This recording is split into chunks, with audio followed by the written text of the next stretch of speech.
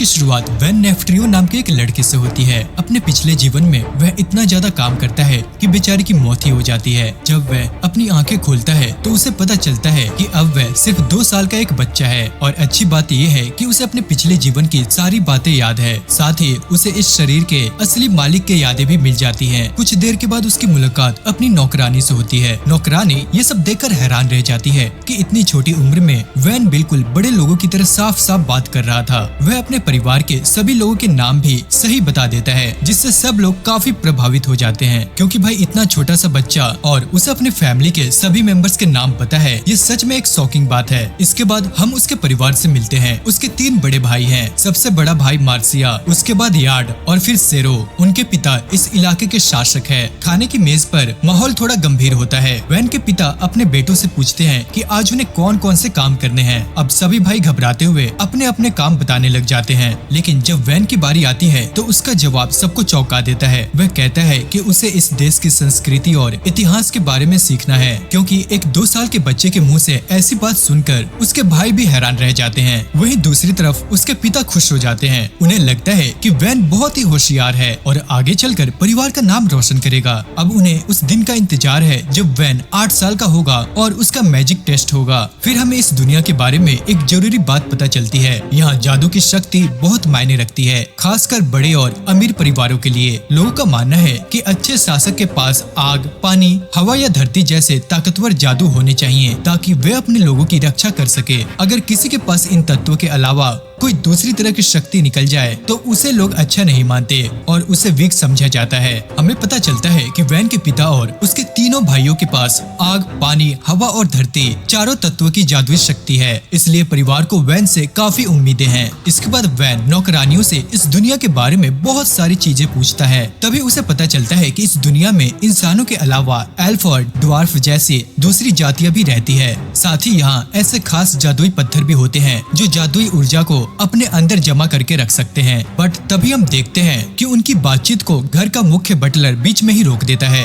उसका नाम स्पार्टा होता है। वह वैन से पूछता है कि उसे अब तक पढ़ाई की कितनी बातें याद है। वैन बताता है कि उसे अक्षर अभी थोड़े मुश्किल लगते हैं, लेकिन जोड़ घटाना अच्छी तरह उसे आता है। यह सुनकर स्पार्टा उसकी परीक्षा लेने का फैसला करता है। वह पूछता है 3+2 कितना होता है। हम देखते हैं कि वैन यहाँ पर थोड़ा घबरा जाता है, क्योंकि स्पार्टा उसे काफी डरावना लगता है, पर फिर भी वह सही जवाब दे देता है। इसके बाद स्पार्टा ऐलान करता है कि अब से वही उसका शिक्षक होगा और यहीं से वैन की असली मुसीबतें शुरू हो जाती हैं। स्पार्टा उसे बहुत सारी पढ़ाई करवाता है, लेकिन उसकी मेहनत रंग लाती है और सिर्फ एक ही हफ्ते में वैन इस दुनिया की भाषा पढ़ना और लिखना सीख जाता है। ऐसे ही देखते 2 साल बीत जाते हैं और अब वैन 4 साल का हो चुका होता है। इसके बाद उसकी तलवारबाजी की ट्रेनिंग शुरू होती है। उसकी ट्रेनिंग एक नौकरानी करती है जिसका नाम टिल है। पहले ही ट्रेनिंग में टिल उसे बुरी तरह हरा देती है और उसका मजाक भी उड़ाती है। हम देखते हैं कि हारने के बाद वैन गुस्से में उसके पीछे पीछे भागने लग जाता है, लेकिन बाकी नौकरानियां टिल को डांटने लगती है। वे उसे याद दिलाती है कि किसी रईस परिवार के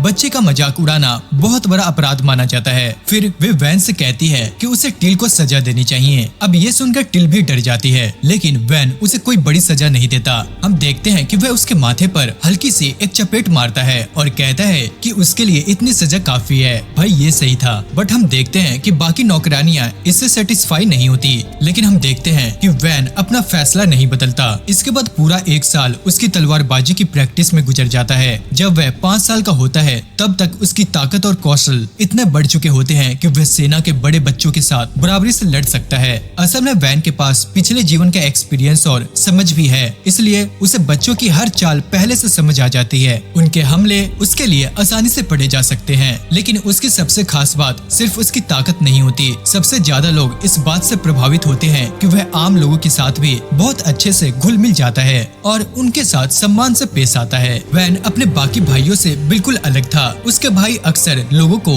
उनकी गरीबी या नीची हैसियत की वजह से कम समझते थे, लेकिन वैन हर किसी के साथ बराबरी और सम्मान के साथ पेश आता था। एक दिन ट्रेनिंग के बाद जब वह आराम कर रहा था, तभी सेना के उप कमांडर डी उसके पास आते हैं। वह वैन के हाथों को ध्यान से देखते हैं और हैरान रह जाते हैं। उसके हाथ बिल्कुल नाजुक थे। अब यहाँ पर डी सोचने लग जाता है कि शायद वैन रात में छुपकर भी ट्रेनिंग करता होगा, लेकिन वैन बताता है कि पढ़ाई ही उसे इतना थका देती है कि रात में उसके पास कुछ और करने के लिए ताकत ही नहीं बचती। तब डी उसे बताते हैं कि लोगों के बीच ये चर्चा है कि स्पार्टा उससे बाकी बच्चों के मुकाबले 3 गुना ज्यादा पढ़ाई करवाता है। अब ये सुनकर वैन भी हैरान रह जाता है। फिर डी कहते हैं कि अगर वैन तलवारबाजी में और आगे बढ़ना चाहता है तो उसे स्पार्टा से बात करनी चाहिए। उसके अनुसार स्पार्टा चाहता है कि वैन हर कला में सबसे आगे रहे। वही डी का सपना है कि वह वैन को पूरे राज्य का सबसे महान तलवारबाज बनाए। अब यहाँ पर वैन दोनों की मान रखता है। वैन कहता है कि उसे पढ़ाई भी पसंद है और तलवारबाजी भी, इसलिए वह दोनों में मेहनत करना चाहेगा। अब डी उसकी बात समझ जाते हैं, लेकिन फिर वह कहते हैं कि अब से उसकी ट्रेनिंग की जिम्मेदारी वह खुद संभालेंगे। वह वैन को भरोसा दिलाते हैं कि ज्यादा सख्ती नहीं करेंगे क्योंकि वह अभी सिर्फ एक बच्चा है। हालांकि वैन को तुरंत समझ में आ जाता है कि यह बात पूरी तरह से झूठ है।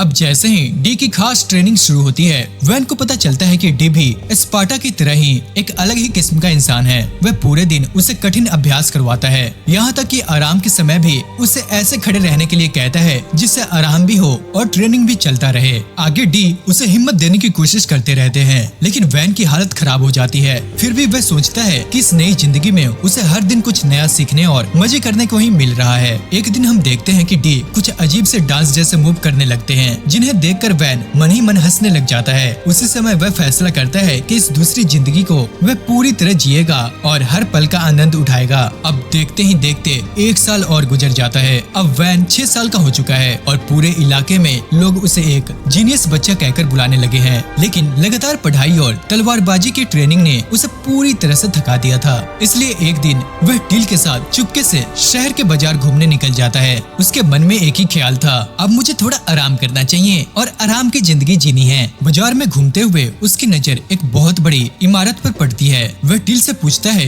कि यह क्या है। टिल बताती है कि यह ग्रेट मैरी कंपनी है, जो पूरे राज्य की सबसे बड़ी व्यापारिक संस्थाओं में से एक है। इसकी शाखाएं पूरे राज्य में फैली हुई है। इसी बीच उसकी नजर एक आदमी पर पड़ती है जो एक छोटे लड़के को रस्सी से बांधकर ले जा रहा था। जब वह आदमी देखता है कि वैन उसे घूर रहा है तो वह उल्टा पूछ बैठता है, क्या हुआ, ऐसे क्यों देख रहे हो? अब उस आदमी का यह बर्ताव देखकर वैन के साथ आए नए सैनिक तुरंत सतर्क हो जाते हैं, क्योंकि उसने उनके युवा मालिक से ठीक तरह से बात ही नहीं की थी। लेकिन वैन उन्हें रोक देता है। वह किसी तरह का हंगामा नहीं चाहता था। फिर वह शांत होकर उस आदमी से पूछता है, तुम इस बच्चे को बांधकर क्यों ले जा रहे हो? वैन के सवाल का जवाब देते हुए वह आदमी कहता है कि यह उसका बेटा है और वह उसके साथ जो चाहे वह कर सकता है। फिर वह बताता है कि वह अपने बेटे को गुलाम के रूप में बेचने जा रहा है। अब यह सुनकर वैन हैरान रह जाता है। तब टिल उसे समझाती है कि इस दुनिया में कई गरीब परिवार इतने परेशान होते हैं कि अपने बच्चे का पेट भरने के लिए उन्हें गुलाबी में बेच देते हैं। उनके लिए यही आखिरी रास्ता बचता है। उसी समय गुलाबी बालों वाली एक लड़की वैन को पहचान लेती है। वह हैरान होकर कहती है कि क्या वह मार्किस के परिवार का बेटा है। अब यहाँ पर वैन सोचने लग जाता है कि उसने उसे कैसे पहचान लिया। तभी टिल परिवार का निशान दिखाती है और वैन को पूरी बात समझ में आ जाती है। वह लड़की अपना नाम रोजाली बताती है। वह ग्रेट मैरी कंपनी में काम करती थी।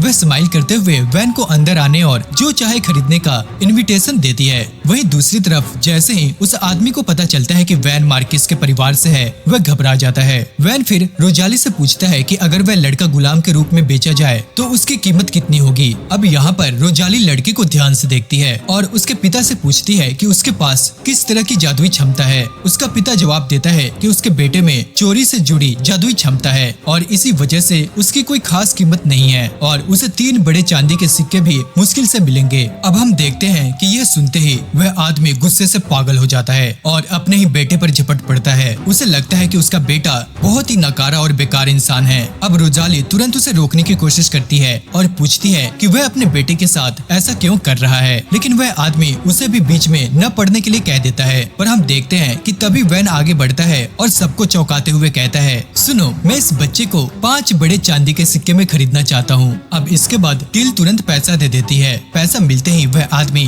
बिना समय बर्बाद किए हुए वहाँ से भाग जाता है। इसके बाद वैन उस लड़की के पास जाता है, उसकी रस्सियाँ खोलता है और उसे अपना इंट्रोडक्शन देता है। जब वह उसका नाम पूछता है तो वह लड़का बताता है कि उसका नाम कैम्सन है। अब वैन मुस्कुराते हुए कहता है कि अब वह आजाद है और जहाँ चाहे जा सकता है। दोस्तों, वैन सच में ही एक बहुत ही अच्छा इंसान है। आगे हम देखते हैं कि कैम्सन के चेहरे से साफ पता चल रहा था कि उसके उसके पास जाने के लिए कोई जगह ही नहीं है। इसलिए वैन उससे पूछता है कि क्या वह उसके साथ हवेली में चलना चाहेगा। हालांकि साथ खड़े एक गार्ड को इस बात पर शक था। वह कहता है कि मार्किस शायद किसी अजनबी को हवेली में रहने की इजाजत नहीं देंगे, लेकिन अगर उसे गुलाम के रूप में लाया जाए तो शायद बात बन सकती है। अब ये सुनकर वैन थोड़ा उदास हो जाता है। फिर वह कैम्सिन से पूछता है कि क्या वह इस शर्त पर उसके साथ चलना चाहेगा। अब कैम्सिन बिना कुछ सोचे उसे तुरंत हाँ कह देता है। इसके बाद वे उसके लिए नए कपड़े खरीदने की तैयारी करते हैं, लेकिन उससे पहले रोजाली गुलामी का कॉन्ट्रैक्ट तैयार करती है। जैसे ही कॉन्ट्रैक्ट पूरा होता है, कैम्सिन के हाथों पर एक खास निशान उभर आता है। रोजाली समझाती है कि जब तक ये समझौता रहेगा, ये निशान भी उसके हाथ पर रहेगा।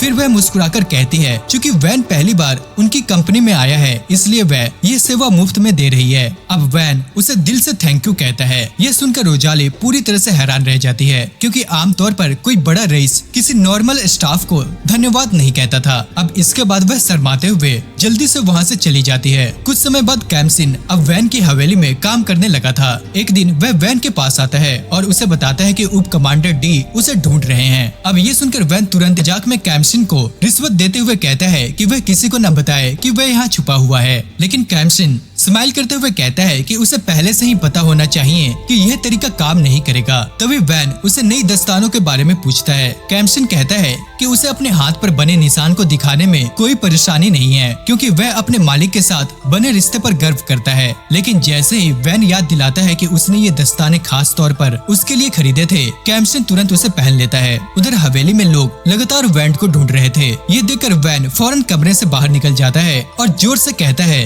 अरे मैं यहाँ नहीं हूँ। अब उसकी यह बात सुनकर आसपास के सभी लोग जोर जोर से हंसने लग जाते हैं, लेकिन वैन की यह चाल ज्यादा देर तक नहीं चलती। डी तुरंत उसके चेहरे पर लगे कुकी के टुकड़े देख लेते हैं और समझ जाते हैं कि वैन ने कैम्सिन को रिश्वत देकर झूठ बुलवाया था। इसके बाद दोनों के बीच थोड़ी बहस होती है, नॉट सीरियस, हंसी मजाक टाइप में, और आखिर में डी फैसला करते हैं कि सजा के तौर पर कैम्सिन को अपनी जगह ट्रेनिंग पर भेज देंगे, जबकि वैन उसे माफी मांगता है। इसी तरह समय बीतता रहता है और आखिरकार वह दिन आ जाता है जिसका सभी को इंतजार था। वैन अब 8 साल का हो चुका था और उसकी जादुई क्षमता की परीक्षा होने वाली थी। पूरे इलाके के लोग को उम्मीद थी कि वह कोई असाधारण शक्ति हासिल करेगा। आखिर बचपन से ही उसे जीनियस कहा जाता था, लेकिन टेस्ट का परिणाम आते ही माहौल पूरी तरह से बदल जाता है। सबको पता चलता है कि वैन के पास आग, पानी, हवा या धरती जैसे किसी भी जादुई तत्व की शक्ति नहीं है। उसके पास सिर्फ प्रोडक्शन मैजिक की क्षमता है। और गाइस, ये एक ऐसी जादुई शक्ति थी जिसे लोग सबसे बेकार मानते थे।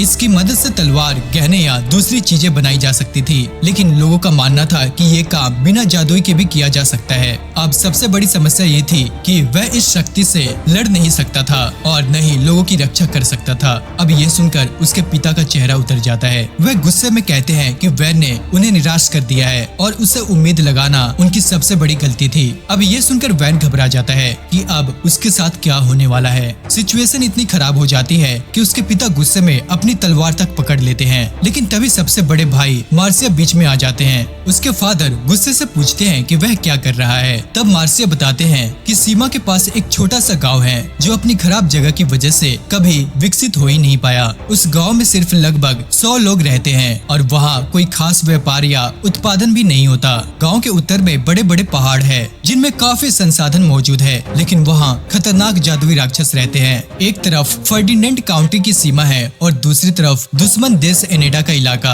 इसी वजह से वह गांव सिर्फ कभी कभी सैन्य अभ्यास के लिए इस्तेमाल किया जाता है। अब मार्सिया सुझाव देते हैं कि वैन को उस गांव का शासक बनाकर वहां भेज दिया जाए। हम देखते हैं कि उसके पिता कुछ देर सोचते हैं, पर वो आखिर में मान जाते हैं। उन्हें लगता है कि वह इलाका अभी पूरी तरह परिवार के नियंत्रण में नहीं है। अगर मुख्य परिवार का कोई सदस्य वहां रहेगा तो शायद लोगों की वफादारी मजबूत हो जाएगी। इसके बाद वह वैन की तरफ देखते हैं और कहते हैं, आज से उस गांव की जिम्मेदारी तुम्हारी है, जितनी जल्दी हो सके वहां जाने की तैयारी करो। फिर वह मार्सिया की तारीफ करते हुए कहते हैं, उसने इस बेकार इंसान के लिए अच्छा उपयोग ढूंढ लिया है। अब ये सुनकर वैन को काफी बुरा लगता है। बेचारे का दिल ही टूट जाता है, लेकिन कम से कम उसकी जान बच जाती है। कुछ देर के बाद जब बाकी लोग वहाँ से चले जाते हैं, तब मार्सिया वैन से माफी मांगता है। वह कहता है कि वह अपने छोटे भाई को इस हालत में नहीं देख सकता था, इसलिए उसने जल्दी में ये प्लानिंग की। लेकिन वैन उसकी बात सुनकर स्माइल करने लग जाता है। वह उससे कहता है कि अगर मार्सिया बीच में नहीं आता तो शायद आज वह जिंदा ही नहीं होता।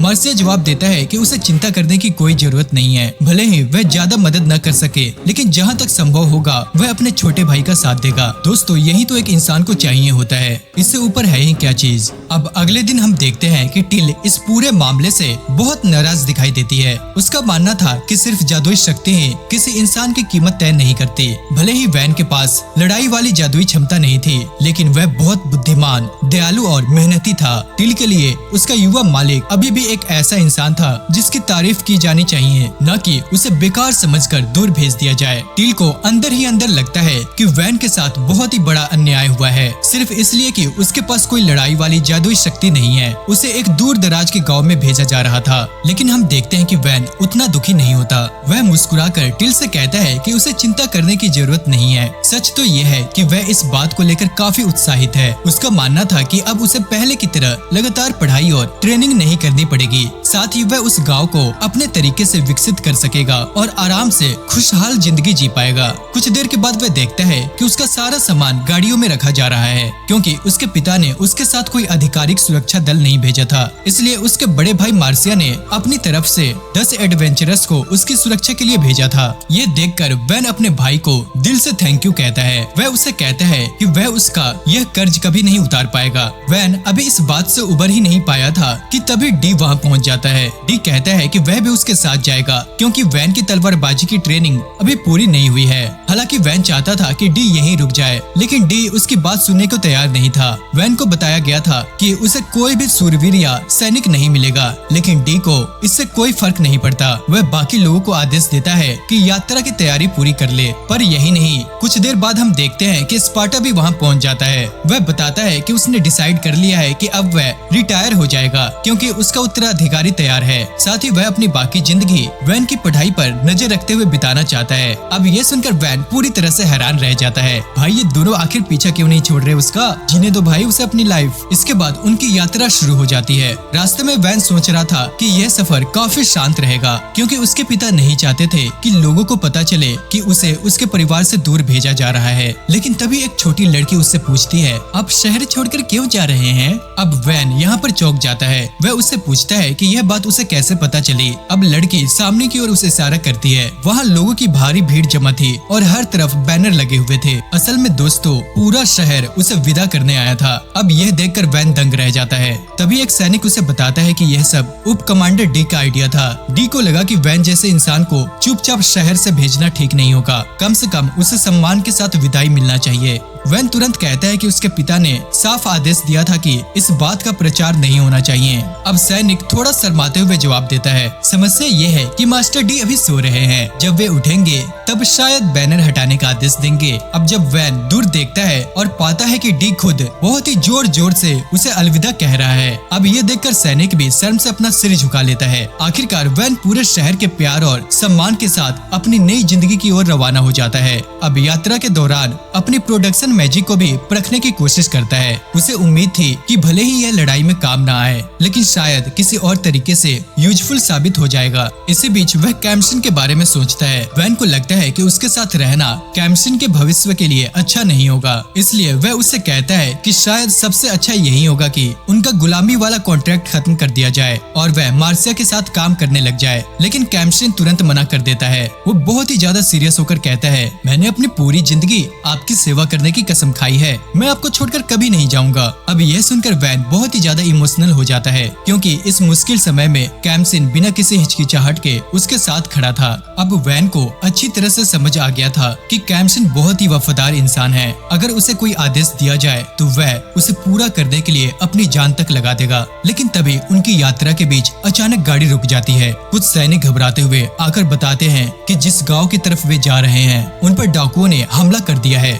यह खबर सुनते ही सभी लोग इकट्ठा होकर सिचुएशन पर चर्चा करने लगते हैं। पता चलता है कि लगभग 50 डाकू गांव पर हमला कर रहे हैं, जबकि उनके पास लड़ने के लिए बहुत कम लोग हैं। अब डी तुरंत उन्हें सजेशन देता है कि सभी मिलकर गांव की मदद करने चले, लेकिन एडवेंचरस के नेता को यह बिल्कुल भी मंजूर नहीं होता। वह साफ कहता है कि उनकी जिम्मेदारी सिर्फ वैन को सुरक्षित पहुंचाने की है, किसी गांव के लिए लड़ना नहीं। अब यह सुनकर डी गुस्से में आ जाता है। वह कहता है कि वह गांव अब उनके युवा मालिक का इलाका है और वह चुपचाप खड़े होकर उसे बर्बाद होते नहीं देख सकता। पर फिर भी हम देखते हैं कि एडवेंचरस का नेता अपना फैसला नहीं बदलता। उनका कहना था कि वह ऐसे मिशन नहीं लेता जिनमें उसके लोगों की जान खतरे में पड़ जाए। बेचारा डी यहाँ पर बहुत ही ज्यादा सैड हो जाता है। आखिरकार वह कहता है कि कम से कम वे लोग वैन की सुरक्षा करे, जबकि वह अपने सैनिक के साथ जाकर डाकुओं से लड़ेगा। इस पर एडवेंचरस का नेता मान जाता है, लेकिन तभी स्पार्टा बीच में बोल पड़ता है। वह कहता है कि अगर डी इस लड़ाई में मारा गया तो गांव का भविष्य खत्म हो जाएगा। फिर वह सबको एक बड़ा राज बताता है। वह सिर्फ एक बूढ़ा बटलर नहीं था,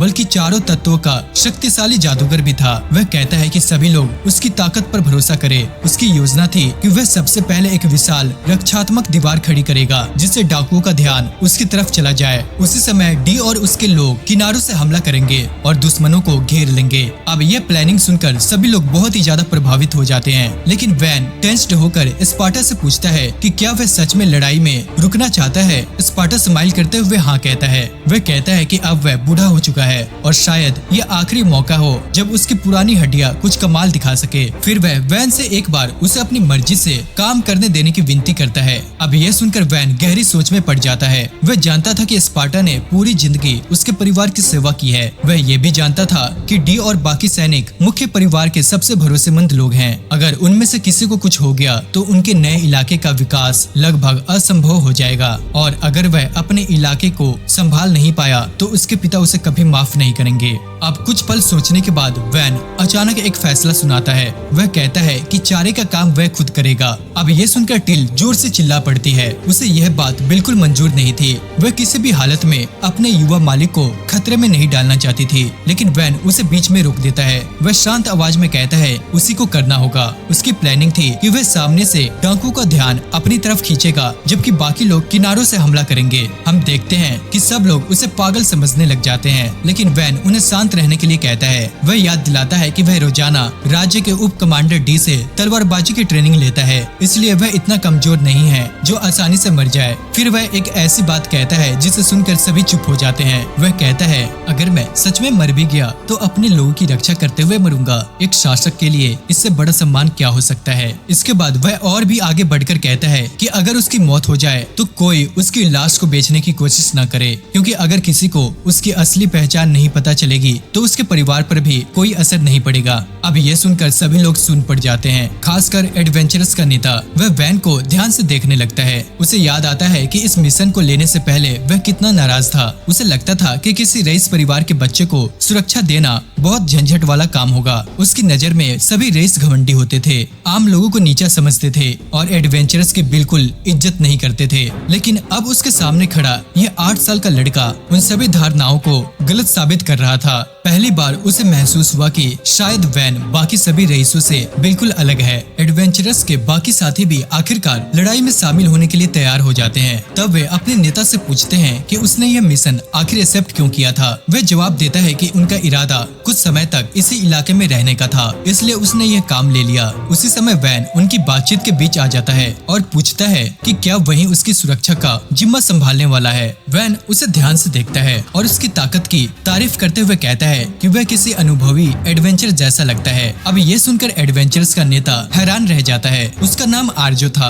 वह मन ही मन सोचता है कि शायद सभी रईस एक जैसे नहीं होते। प्रेजेंट में लौटते हुए आर्जो अपने साथियों से कहता है कि इस बार वे पूरी ताकत से लड़ेंगे। अगर एक छोटा बच्चा अपने लोगों के लिए जान देने को तैयार है तो वह खुद पीछे हटकर शिकायत नहीं कर सकता, वरना उसके साथी ही उसे नफरत करने लगेंगे। आर्जो के साथी भी उसकी बात से सहमत हो जाते हैं। वे हंसते हुए कहते हैं कि यह पहली बार है जब उन्होंने किसी रईस को इतना बहादुर और जिम्मेदार देखा है। अब तक जितने भी रईस उनसे मिले थे वे या तो आलसी थे या फिर बेहद घमंडी और मूर्ख। इसी दौरान एक हरे बालों वाली लड़की आगे आती है। उसका नाम प्यूरल था। वह कहती है कि अगर वैन इतना बड़ा रईस होकर भी अपने हर साथी का नाम याद रख सकता है तो वह ऐसा इंसान है जिस पर अपनी जान तक भरोसा किया जा सकता है। इसके बाद आर्जो, डी और स्पार्टा अपनी अपनी जगह संभाल लेते हैं। स्पार्टा वैन को चेतावनी देता है कि लड़ाई खत्म होने के बाद वह उसे एक शासक की असली जिम्मेदारियों के बारे में जरूर सिखाएगा। फिर वह अपनी रणनीति बदलने का फैसला करता है। वह कहता है कि अब वह एक बड़ी दीवार खड़ी करेगा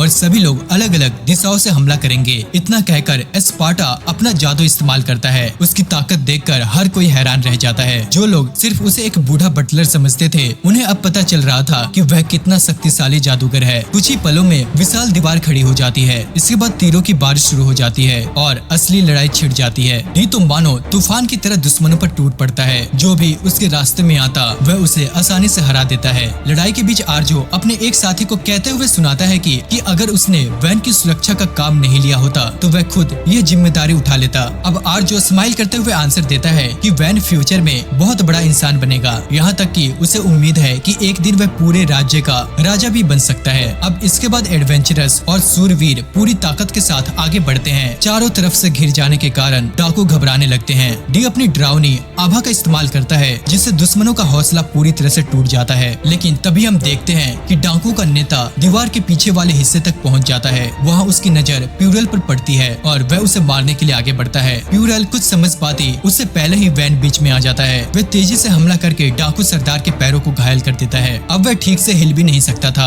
उसी मौके का फायदा उठाकर कैम्सिन आगे बढ़ता है और एक ही वार में डाकू सरदार को खत्म कर देता है। अब सरदार नेता के गिरते ही बाकी दुश्मनों का मनोबल और भी टूट जाता है। इसके बाद वैन दूर लड़ रहे योद्धाओं को आवाज लगाकर वार्निंग देता है कि दुश्मन उस तरफ इकट्ठा होने की कोशिश कर सकते हैं, इसलिए उन्हें सामने वाले मोर्चे पर पूरी नजर रखनी होगी। प्यूरल ये सब देखकर पूरी तरह से हैरान रह जाती है। वह सोचने लग जाती है कि आखिर ये 8 साल का लड़का है कौन। उसकी समझ, बहादुरी और नेतृत्व क्षमता किसी बड़े एक्सपीरियंस नेता जैसी लग रही थी। अब आखिरकार लड़ाई का पहला चरण खत्म हो जाता है। सबसे बड़ी बात यह थी कि उन्होंने आधे से ज्यादा डाकुओं को हरा दिया था और उनकी तरफ से एक भी आदमी नहीं मरा था। दोस्तों यह जीत सभी के लिए बेहद हैरान करने वाली थी। अब लड़ाई खत्म होने के बाद आर्जो अपने साथियों से कहता है कि अब उन्हें सिर्फ इनाम लेना है और उनका काम पूरा हो जाएगा। लेकिन फिर वह स्माइल करते हुए कहता है कि उसे इस लड़के वैन के बारे में जानने की काफी उत्सुकता हो गई है। इसलिए वह अपने साथियों से पूछता है कि अगर वे इस गांव में कुछ समय रुके तो कैसा रहेगा। हालांकि वह यह भी साफ कर देता है कि यहाँ रुकने पर शायद उन्हें ज्यादा पैसा नहीं मिलेगा। उसकी बात सुनकर कुछ एडवेंचरर्स मना कर देते हैं क्योंकि उनके पास पहले से दूसरे मिशन थे। आर्जो कहता है कि कोई बात नहीं, जो जाना चाहता है वह जा सकता है। तभी यहाँ पर प्यूरल आगे आती है कि वह यहीं रुकेगी। आखिर वैन ने उसकी जान बचाई थी और वह उसका एहसान चुकाना चाहती थी। अब बाकी साथी भी सोचने लग जाते हैं। उन्हें भी जानना था कि यह छोटा सा लड़का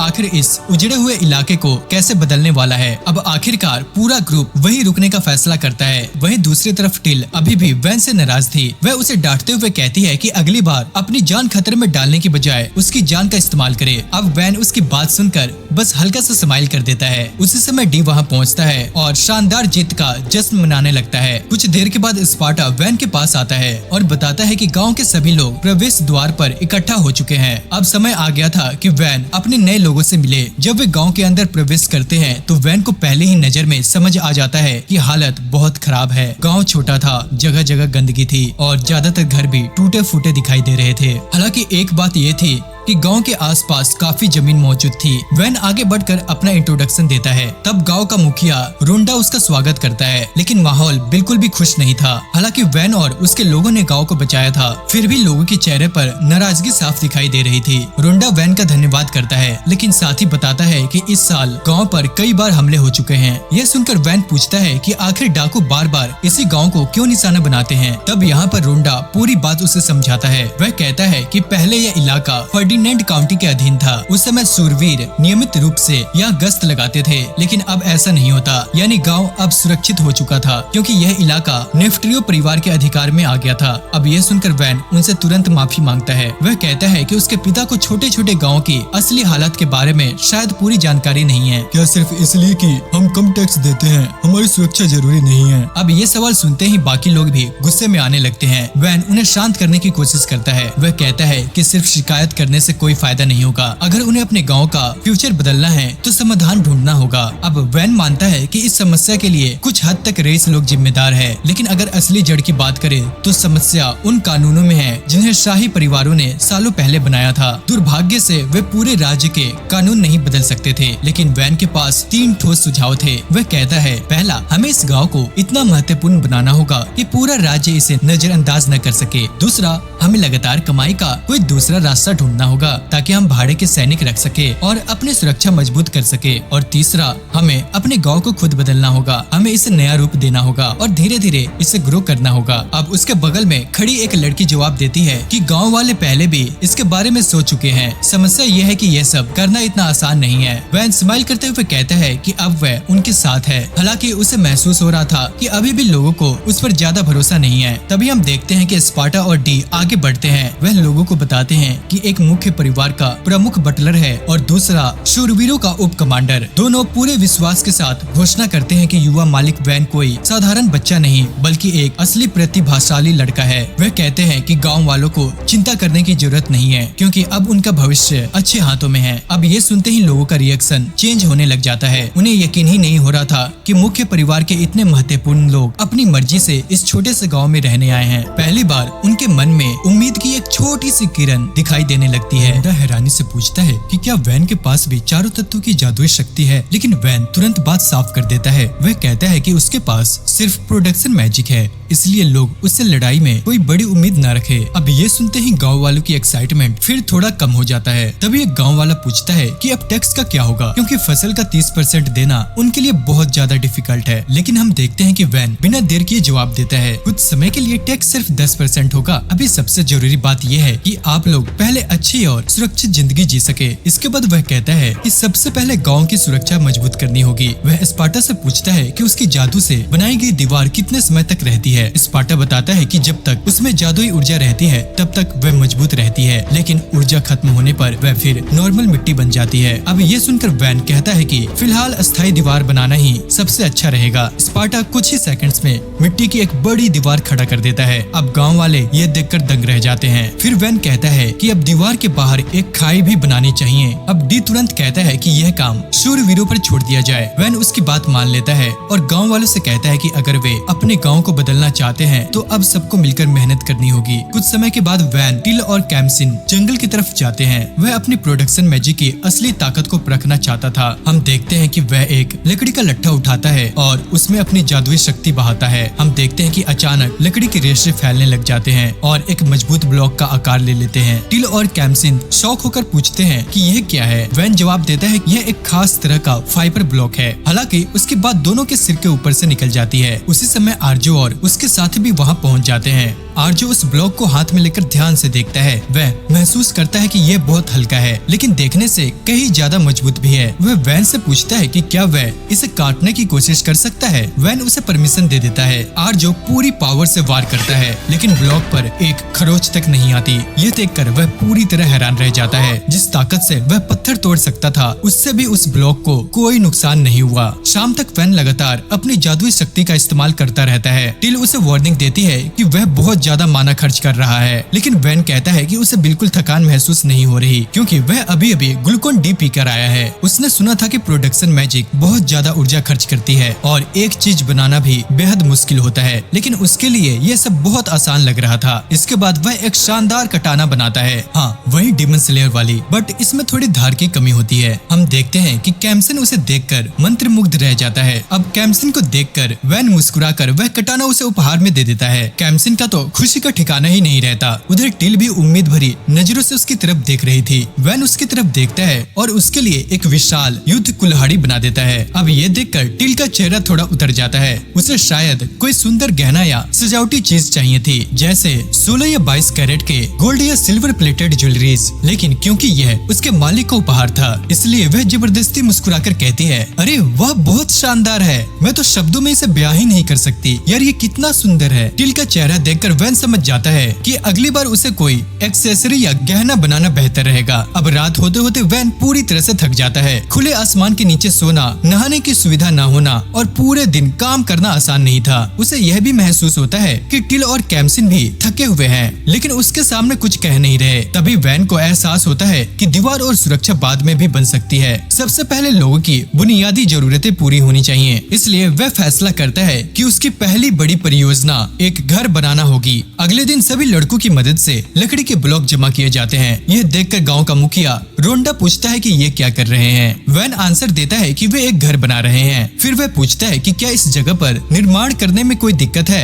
रोंडा कहता है कि बिल्कुल नहीं, असल में गांव वाले इस चौक का इस्तेमाल भी नहीं करते और अगर यहाँ कोई इमारत बने तो यह उनके नए शासक की हवेली के लिए सबसे अच्छी जगह होगी। अब वैन उन्हें थैंक यू कहता है और मन ही मन सोचता है कि एक दिन वह इस गांव को इतना अच्छा बना देगा कि यहाँ बड़े बड़े त्योहार मनाए जाएंगे, जैसे कि दिवाली और दशहरा। इसके बाद वह जमीन को छूता है और अपनी जादुई शक्ति का इस्तेमाल करता है। अपने मन में पूरे घर की तस्वीर बनाते हुए वह काम शुरू करता है। धीरे धीरे मजबूत खम्बे, दीवारें, छत और बाकी सभी हिस्से आकार लेने लगते हैं। कुछ ही देर में वहाँ एक विशाल और शानदार हवेली खड़ी हो जाती है। गाँव वाले अपनी आंखों पर विश्वास तक नहीं कर पाते। उन्होंने अपनी जिंदगी में ऐसा नजारा पहले कभी देखा ही नहीं था। वहीं वैन को अब समझ आने लगा था कि उसकी प्रोडक्शन मैजिक लोगों के लिए कितनी उपयोगी हो सकती है। टिल उसकी तारीफ करते हुए कहती है कि वह सच में कमाल का इंसान है, लेकिन वैन जवाब देता है कि उसकी जादुई शक्ति एक जमींदार के लिए तो अच्छी है, पर वह फिर भी एक लड़ाई वाली शक्ति चाहता था, क्योंकि उससे वह अपने लोगों की बेहतर रक्षा कर सकता था। अब ये सुनकर टिल और कैम्सन तुरंत उसे कहते हैं, अरे हम तो लॉर्ड जेल्पा के इलाकों से ज्यादा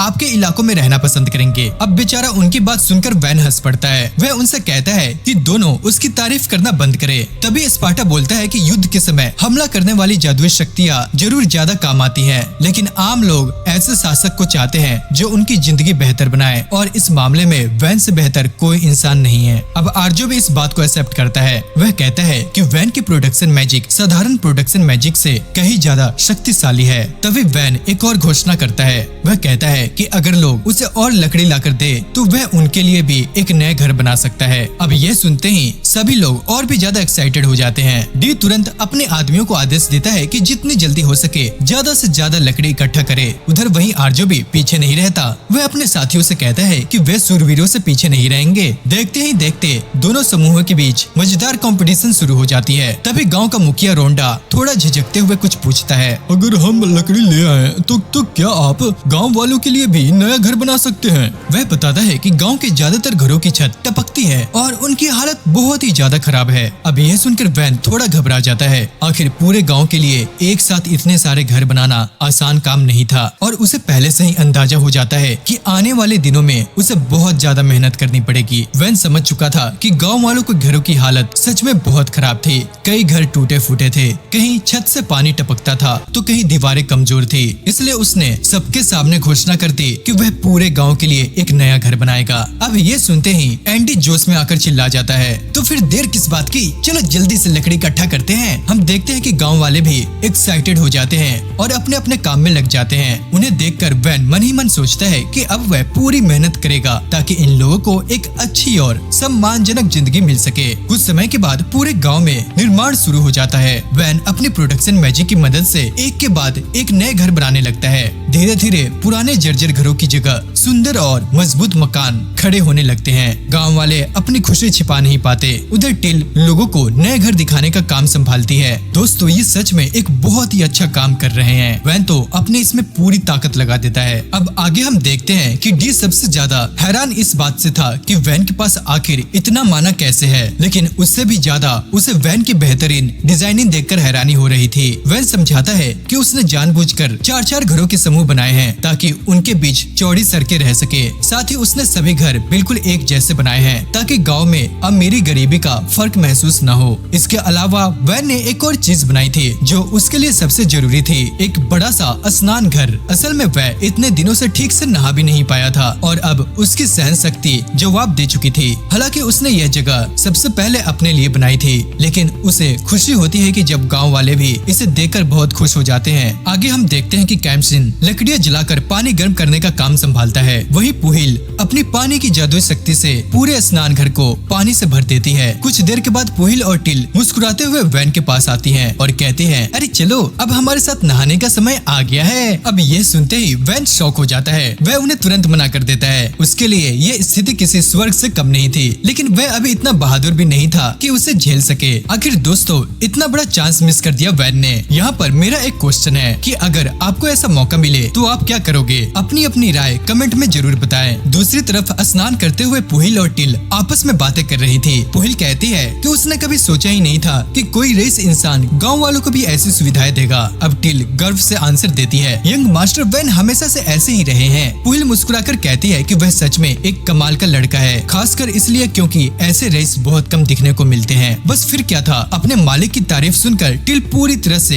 एक्साइटेड हो जाती है। अब वह वैन की महान कहानियां सुनाना शुरू कर देती है कि कैसे वह सिर्फ 2 साल की उम्र में समझदारी की बातें करता था, कैसे उसने सबको हैरान कर दिया था, कैसे वह हमेशा दूसरों की मदद करता था। और फिर काफी देर तक वैन की तारीफें का सिलसिला चलता रहता है। अब आखिरकार वैन की भी नहाने की बारी आ जाती है। गर्म पानी में आराम करते हुए सबकी नजर कैम्सिन पर पड़ती है। उसे लगता है कि कैम्सिन पहले से काफी मजबूत हो गया है, लेकिन कैम्सिन तुरंत कहता है, अरे मैं अभी भी डी सर के सामने बहुत पतला हूँ। अभी यहाँ पर वैन हंसते हुए जवाब देता है, अरे यार अगर डी से तुलना करोगे तो हम सब पतले ही लगेंगे। फिर वह मजाक में कहता है कि उसे डी की शानदार बॉडी से थोड़ी जलन होती है। अब यह सुनकर कैम्सिन और भी ज्यादा प्रेरित हो जाता है। वह भी डी जैसा ताकतवर बनने का सपना देखने लगता है, लेकिन तभी माहौल अचानक बदल जाता है। डी, आर्टी और लुई भी स्नान घर में आ जाते हैं। उन्हें देखते ही वैन वहाँ से भागने की कोशिश करता है, लेकिन वे उसे पकड़ लेते हैं। अरे कहाँ भाग रहे हो? अगर दोस्ती मजबूत करनी है तो साथ में ही नहाना पड़ेगा। हम देखते हैं कि बेचारा वैन चाहकर भी बच नहीं पाता। उस दिन के बाद वह आखिरकार अपने कमरे में लौटता है और पहली बार आरामदायक बिस्तर पर लेटता है, क्योंकि उसने सिर्फ हवेली ही नहीं बनाई थी बल्कि उसके अंदर का पूरा फर्नीचर भी खुद रेडी किया था। नरम गद्दे पर लेटते ही उसे ऐसा महसूस होता है कि जैसे वह किसी सपने में हो। दोस्तों, अपने हाथों से बनी चीजों का मजा ही कुछ और होता है। अगली सुबह गांव में एक और बड़ी प्रगति दिखाई देती है। वह गांव के चारों तरफ खाई यानी मुवट तैयार हो चुकी थी, लेकिन एक समस्या अभी भी बाकी थी। खाई में पानी नहीं था और बिना पानी की खाई किसी काम की नहीं थी, इसलिए अगला टारगेट था पानी लाना। अब सभी लोग मिलकर पास की नदी की तलाश करने में लग जाते हैं ताकि उसका पानी गांव तक लाया जा सके। डी और उसके शूरवीर हाथों से मिट्टी खोदकर रास्ता बनाने लगते हैं। दूसरी तरफ स्पार्टा अपनी जादुई शक्ति से एक ही बार में कई मीटर जमीन खोद देता है। उसे काम करते देखकर बाकी लोग दंग रह जाते हैं। जब लड़के पानी मोड़ने का रास्ता बना रहे थे तब वैन पीछे पीछे चलता हुआ मिट्टी और दीवारों को मजबूत करने का काम करता है। समस्या ये थी कि नदी गाँव से काफी दूर था, इसलिए काम उम्मीद से कहीं ज्यादा कठिन था। वैन देखता है कि डी खुदाई करते समय जोर जोर से हंस रहा है और मानो उसे इस मेहनत में मजा आ रहा हो। तब स्पार्टा बताता है कि डी की उम्र लगभग 40 साल है, लेकिन उसके अंदर की ऊर्जा आज भी किसी जवान आदमी जैसी है। जबकि बाकी लड़कों की हालत खराब हो चुकी थी, फिर भी सभी लोग एक साथ काम कर रहे थे। और जब लोग किसी एक लक्ष्य के लिए मिलकर मेहनत करते हैं तो मुश्किल काम भी मजेदार लगने लगता है। सबके मन में एक ही सपना था, अगर गाँव को बेहतर बना दिया जाए तो व्यापारी यहाँ आने लगेंगे, व्यापार बढ़ेगा, पैसा आएगा और फिर सभी लोग आराम और शांति की जिंदगी जी सकेंगे। शुरुआत में उन्हें लगा था कि यह काम पूरा होने में कम से कम 1 हफ्ता लगेगा, इसलिए सबने आराम से काम करने का फैसला किया। लेकिन जैसे ही दिन बीतता गया उनकी मेहनत उम्मीद से कहीं ज्यादा रंग दिखाने लगी। शाम होते होते दूर से गांव का नया रूप साफ दिखाई देने लगा और पहली बार सभी को महसूस हुआ कि उनका छोटा सा उजड़ा हुआ गाँव सच में बदलना शुरू हो चुका है। शाम तक काम की रफ्तार देखकर वैन खुद हैरान रह जाता है। उसे यकीन ही नहीं हो रहा था कि उन्होंने इतना लंबा नहर का रास्ता इतनी जल्दी तैयार कर लिया। तभी वह सबको रुकने का आदेश देता है और कहता है कि आज के लिए इतना काम काफी है, लेकिन डी तुरंत उसे मना करता है। वह कहता है जब गांव बस कुछ घंटों की दूरी पर है तो अभी क्यों रुकना। वैन स्माइल करते हुए आसपास काम कर रहे लड़कों की तरफ इशारा करता है। वह डी से कहता है कि पहले उनकी हालत तो देखिए, सभी लड़के पूरी तरह से थक चुके थे। यह देखकर डी भी मान जाता है। हालांकि वह थोड़ा निराश होकर कहता है कि उसे लगा था कि उसे एक शानदार ट्रेनिंग मेथड मिल गया है, लेकिन जरूरत से ज्यादा मेहनत करवाना भी सही नहीं होगा। वैन ये सुनकर हैरान रह जाता है। उसे समझ नहीं आता कि डी और स्पार्टा के अंदर आखिर इतनी एनर्जी आती कहां से है। अगले दिन आखिरकार नहर का काम पूरा हो जाता है। वैन सभी लोगों को थैंक यू करता है और फिर स्पार्टा से पानी छोड़ने के लिए कहता है। जैसे ही रास्ता खोला जाता है, नदी का पानी तेजी से बहते हुए नहर में भरने लगता है। सभी लोग खुशी से देखते हैं, लेकिन वैन की नजर तुरंत एक नई प्रॉब्लम पर जाती है। अगर भविष्य में बहुत ज्यादा बारिश हुई तो पानी गांव में घुस सकता था। अब कुछ देर सोचने के बाद वह एक नया सुझाव देता है। वह कहता है कि गांव के पीछे एक बड़ी झील बना देनी चाहिए, इसके अतिरिक्त पानी वहाँ जमा हो जाएगा। अब स्पार्टा ये सुनकर बहुत प्रभावित होता है। वह कहता है ये शानदार विचार है। अगर झील को जल भंडार की तरह इस्तेमाल किया जाए तो भविष्य में सूखे की समस्या ही नहीं होगी। बस फिर क्या था, कुछ ही देर में स्पार्टा अपनी जादुई शक्ति से गांव के पीछे एक विशाल झील बना देता है। गांव का मुखिया रोंडा इमोशनल होकर वैन का धन्यवाद करता है। वह कहता है कि इतने सालों से गांव वालों को पानी लाने के लिए रोज नदी तक लंबी दूरी तय करनी पड़ती थी। अब उनकी यह परेशानी हमेशा के लिए खत्म हो गई थी। यह सुनकर वैन राहत की सांस लेता है। उसे महसूस होता है कि गांव वाले पहले से कहीं ज्यादा बेहतर हो चुके हैं। उसी रात एक गाड़ी गांव की तरफ बढ़ रही होती है। उसमें दो लोग सफर कर रहे थे। उसमें एक छोटी लड़की जिसका नाम आटी था और दूसरी एक खूबसूरत महिला जिसका नाम पना मेरा था। दोनों रास्ते में बातें कर रही थी। पना मेरा बताती है कि वे जल्द ही सीमा पर बसे उस गांव तक पहुंचने वाले हैं, इसलिए अभी आराम करना ही बेहतर होगा। हम देखते हैं कि वैन अगले दिन गांव की सुरक्षा को और मजबूत करने लग जाता है। वह पूरी बाहरी दीवार को और मजबूत करता है। अब वह दीवार लगभग कंक्रीट जितनी मजबूत हो चुकी थी, लेकिन वैन यही नहीं रुकता।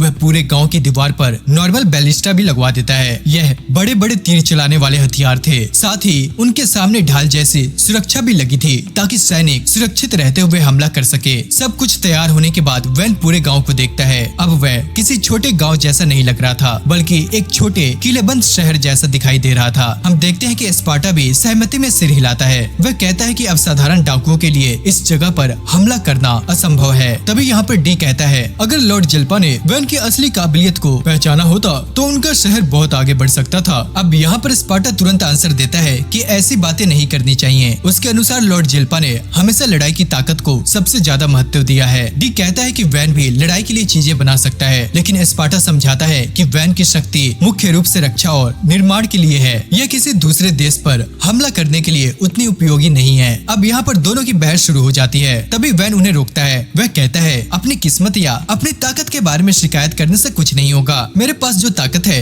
मुझे उसी का सही इस्तेमाल करना होगा। अब उसकी बात सुनकर दोनों शांत हो जाते हैं। फिर वैन मुस्कुराते हुए कहता है कि उसे पूरा विश्वास है कि एक दिन उसका इलाका और भी बड़ा होगा। अब ये सुनकर स्पार्टा मजाक में पूछता है अरे कहीं आप मार्किस के खिलाफ विद्रोह की योजना तो नहीं बना रहे। अब सब यहाँ पर जोर जोर से हंसने लग जाते हैं, लेकिन तभी वैन का पेट जोर जोर से आवाज करने लग जाता है और वह तुरंत टिल के बनाए खाने की तरफ भागता है। खाना खाते ही उसमें और भी ज्यादा एनर्जी आ जाती है। हम देखते हैं कि टिल को भी इसे बहुत अच्छा लगता है। उसे चिंता थी क्योंकि गांव में ज्यादा सामग्री उपलब्ध नहीं थी। खाने के दौरान स्पार्टा एक जरूरी बात उठाता है। वह कहता है कि सिर्फ सुरक्षा काफी नहीं है, गांव को नियमित आय की भी जरूरत होगी। फिलहाल महीने में केवल एक व्यापारी यहाँ आता है, वह भी कभी कभी। वैन कहता है कि खाने और रहने की समस्या तो वह संभाल सकता है, घर और फर्नीचर भी वह खुद बना सकता है, साथ ही खेतों से भोजन भी मिल जाएगा। लेकिन तभी स्पार्टा उसे याद दिलाता है कि उनके पास मसाले, मिठाइयाँ और कई जरूरी चीजें नहीं है। यह सुनते ही वैन घबरा जाता है। उसके लिए मिठाइयाँ बहुत गंभीर विषय थी। अब वह तुरंत घोषणा करता है हमें कोई उद्योग शुरू करना होगा, हमें ऐसी चीज बनानी होगी जिसे बाहर बेच सके। फिर वह सबकी राय पूछता है। कैम्सन सुझाव देता है कि वे वैन के बनाए हुए मजबूत ब्लॉक बेच सकते हैं, इसलिए वैन इस विचार को तुरंत खारिज कर देता है क्योंकि उन्हें सिर्फ वही बना सकता था।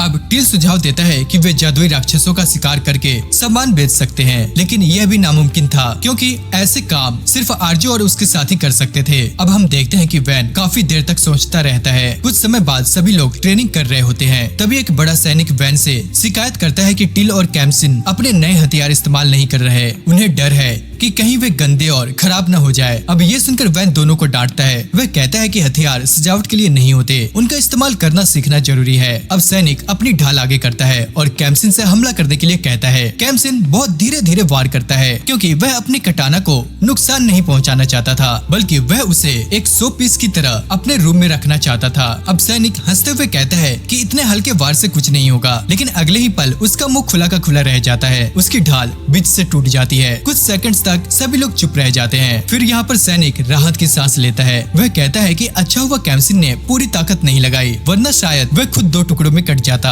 हम देखते हैं कि वैन अपनी सख्ती से ढाल को वापस ठीक कर देता है। अब ये देखकर सैनिक बहुत खुश हो जाता है। उसी समय आर्जो अपने साथियों के साथ लौटता है। उनके पास कई तरह के खनिज और पत्थर थे। आर्जो खुशी से वैन को आवाज देता है और पूछता है कि क्या वह ये खनिज खरीदना चाहेगा। वह बताता है कि ये सब माउंट वुल्फ्सबर्ग के नीचे मिले हैं। यह जगह बेहद खतरनाक है क्योंकि वहाँ शक्तिशाली जादुई राक्षस रहते हैं, लेकिन इसी वजह से वहाँ दुर्लभ खनिज भी बड़ी मात्रा में मिल जाते हैं। आर्जो बताता है कि उन्हें कई तरह के मूल्यवान खनिज मिले हैं और उनमें सबसे खास था मिथ्रिल, एक बेहद दुर्लभ और कीमती धातु। ये सुनते ही वैन की आंखें खुली रह जाती है। वैन उनसे कहता है कि अगर वहाँ इतनी कीमती खनिज मिलता है तो तुम लोगों ने पहले उसे निकाला क्यों नहीं। अब आर्जो थोड़ा सोचकर जवाब देता है कि शायद इसकी वजह उस जगह की दूरी और वहाँ तक पहुँचने की मुश्किल रहा है। जंगल के उस हिस्से तक पहुँचना आसान नहीं था, इसलिए किसी ने उस क्षेत्र को ठीक से खोजने की कोशिश ही नहीं की। अब ये सुनकर वैन सोचने लग जाता है कि अगर पहाड़ के नीचे ही इतने कीमती खनिज मिल रहे हैं तो पूरी पर्वत श्रृंखला शायद खजाने से भरी हुई होगी। फिर वह आर्जो से पूछता है कि क्या उसके पास आयरन ओर भी है। आर्जो तुरंत हाँ में जवाब देता है और उसे कुछ आयरन ओर दे देता है। वैन अपने प्रोडक्शन मैजिक का इस्तेमाल करता है। कुछ ही पलों में वह आयरन ओर पूरी तरह शुद्ध लोहे में बदल जाता है। ये देखकर मोटा लड़का साराह बहुत ही ज्यादा एक्साइटेड हो जाता है। वह वैन से पूछता है कि आप मेरे लिए इससे एक तलवार बना सकते हैं। वह बताता है कि अगर कैम्सिन की लकड़ी वाली कटाना इतनी मजबूत थी तो लोहे की तलवार कितनी खतरनाक होगी, इसकी वह कल्पना भी नहीं कर सकता। क्या वह लकड़ी की तलवार थी यार, मुझे लगा लोहे की होगी, पर भाई ये तो कुछ और ही निकला। अब आगे हम देखते हैं कि वैन स्माइल करते हुए उसकी बात मान लेता है। ये सुनते ही साराह खुशी से उछल पड़ता है। वह कहता है कि उसे एक लंबी तलवार और एक छोटी तलवार दोनों चाहिए। वैन ध्यान लगाकर सबसे पहले एक छोटी तलवार बनाता है। जैसे ही साराह उसे हाथ में लेता है उसकी आंखें फटी की फटी रह जाती है। उसके बाद वैन लंबी तलवार भी तैयार कर देता है। अब तो साराह अपनी खुशी रोक ही नहीं पाता। उसे ऐसा लग रहा था जैसे उसे कोई महान खजाना मिल गया हो। यह देखकर आर्जो और उसके बाकी साथी भी एक्साइटेड हो जाते हैं। वे भी वैन से अपने लिए हथियार बनाने की विनती करते हैं। अब वैन यहाँ पर हंसते हुए कहता है, यार तुम लोग मेरे लिए इतने सारे खनिज लेकर आए हो, इसलिए मैं सबके लिए मुफ्त में हथियार बनाऊंगा। अब ये सुनते ही सभी एडवेंचरर्स खुश हो जाते हैं। उधर पुहिल उन तलवारों को ध्यान से देखती है। वह कहती है कि बिना पूरी जांच के कुछ कहना मुश्किल है, लेकिन पहली नजर में ही यह तलवार बेहद कीमती दिखाई दे रही है। शायद इन्हें बहुत अच्छी कीमत पर बेचा जा सकता है। अब यह सुनकर वैन भी सोच में पड़ जाता है। उधर साधारण लोहे की तलवार इतनी मूल्यवान है तो मिथ्रिल से बनी तलवार की कीमत कितनी होगी। उसी समय हम देखते हैं कि स्पार्टा एक मिथ्रिल का टुकड़ा उठाता है और उसे ध्यान से देखने लग जाता है। फिर वह सीरियस टोन में कहता है, ये बात कुछ अजीब है। अब सभी लोग उसकी तरफ देखने लग जाते हैं। स्पार्टा समझाता है कि जंगल में इस तरह मिथ्रिल मिलना सामान्य बात नहीं है। ऐसा आमतौर पर तभी होता है जब आसपास कहीं कोई डंजन मौजूद हो। अब ये सुनकर सभी लोग चौंक जाते हैं। साराह और बाकी एडवेंचरर्स कहते हैं कि उन्हें इस बारे में कोई जानकारी नहीं है। आखिर जंगल का वह हिस्सा